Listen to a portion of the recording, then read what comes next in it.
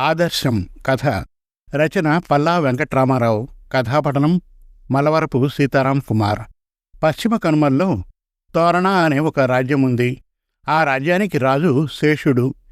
అతనికి లేకలేక ఒక కుమారుడు పుట్టాడు. వాడికి శివుడు అని పేరు పెట్టాడు.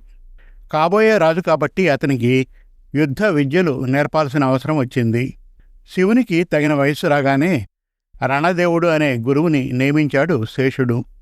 రణదేవుని పర్యవేక్షణలో యుద్ధ విద్యలు చక్కగా నేర్చుకుంటున్నాడు శివుడు. శివునికి 16 సంవత్సరాల వయసు వచ్చింది. ఒకసారి వారలా యుద్ధ విద్యలు అభ్యాసం చేస్తూ పర్వత ప్రాంతంపై ఉన్నారు. కాసేపటికి వారికి ఆకలి వేసింది. వెంట ఏమీ తెచ్చుకోలేదు. చుట్టుపక్కల కూడా ఏమీ దొరకలేదు. అలాగే నీరసంగా ముందుకు సాగారు. కోట చాలా దూరంలో ఉంది. ఇంతలో వారికి ఒక మామిడి తోట కనిపించింది. అసలే ఆకలితో సతమతమవుతున్న రణదేవ్ ఒక చెట్టు వద్దకు వెళ్ళి గబగబా పండ్లు కోసుకొని తిన్నారు.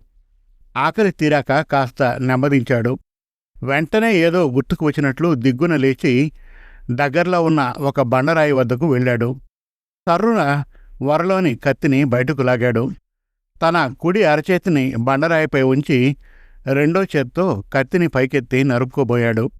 అయితే కత్తి కుడి చేయిపై పడలేదు. శివుడు అడ్డుకున్నాడు. ఎందుకిలా చేస్తున్నావని అడిగాడు. నా వల్ల తప్పు జరిగింది. తోట యజమాని అనుమతి లేకుండా మనం మామిడికాయలు కోసుకు తిన్నాం.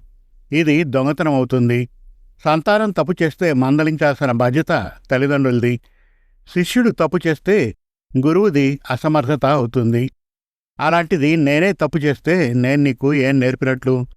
పైగా నీవు కాబోయే పరిపాలకుడివి. నీవు నా నుంచి నీతి నిజాయితీ నేర్చుకోవాలి.